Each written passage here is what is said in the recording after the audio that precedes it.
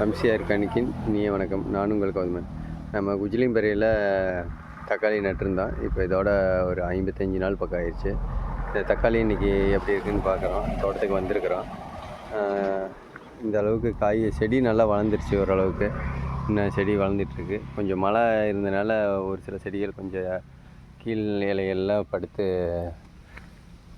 இலை பழுத்துருச்சு. இது கொஞ்சம் நெமட்டோட பிரச்சனை இருக்குது. சூடாமோனஸ் அடிக்க சொல்லியிருந்தான், அடிச்சிட்டாங்க. அடுத்த டைம் வந்துட்டு சூடாமோனஸ் ஸ்பெஷல் சப்டிலஸ் இது கொடுத்துடலாம். காய்கள் பார்த்திங்கன்னா ஓரளவுக்கு பிடிக்க ஆரம்பிச்சிருச்சு.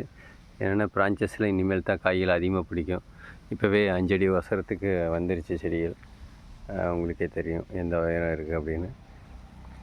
இனிமேல் தான் இந்த செடிகள் வந்துட்டு வேகமாக வளர ஆரம்பிக்கும். பிரான்ச்சஸில் காய்கள் அதிகமாக பிடிக்க ஆரம்பிக்கும். இந்த இது பார்த்திங்கன்னா 70 நாளைக்கு மேலே தான் காய்களோட எண்ணிக்கை அதிகமாகும்.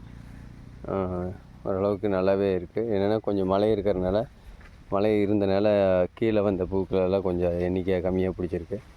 அதுக்கு மேலே பாருங்கள், இங்கெல்லாம் பார்த்திங்கன்னா ஒரு கொத்துக்கு 5 காய் 6 காய் அந்தளவுக்கு பிடிச்சிருக்கு. இதுலேயும் ஓரளவுக்கு நல்லா செட் ஆகிருக்கு.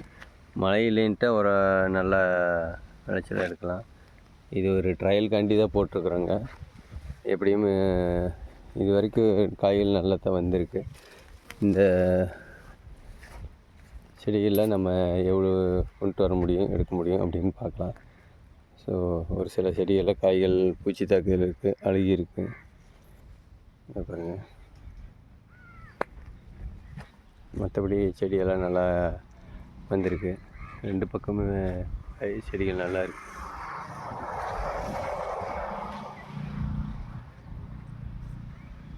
நம்ம இயற்கை முறையில் கத்திரி செடியை இது நம்ம இன்னும் 5 மாதம் 6 மாதம் வரைக்கும் இந்த செடியை நல்லா கொண்டு வரலாம். அடுத்தடுத்து இதில் எப்படி கொண்டு வரோம் அப்படிங்கிறத நம்ம வீடியோஸில் சொல்லுவோம். ரொம்ப நன்றி, வணக்கம்.